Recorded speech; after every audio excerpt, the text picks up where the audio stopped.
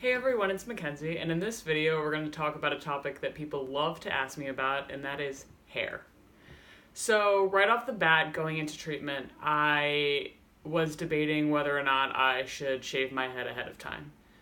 I knew going into it that I was going to lose all of my hair, so my mom came up with a really great idea of donating my hair. So the night before I had chemo, my family and I all made a party out of it, and we cut off all my hair, shaved my head, and donated a full head of hair, probably at least 20 inches, to Locks of Love. So while that was tough, it really made the process a lot easier, knowing that I could give a full head of hair to some younger child who was going through a very similar process.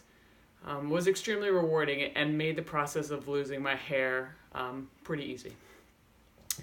So that was beforehand. So what is it like being bald? So it's interesting. I get looked at everywhere I go. You cannot go anywhere without getting stared at, but you get used to it. If you don't like it, there's obviously lots of options. You can wear hats, scarves, wigs. There's so many great options out there available for whatever you personally feel. But I do not wear a hat or a wig or a scarf. I choose to embrace my baldness. I really don't mind it. I really see it as an accomplishment of everything that I've been through.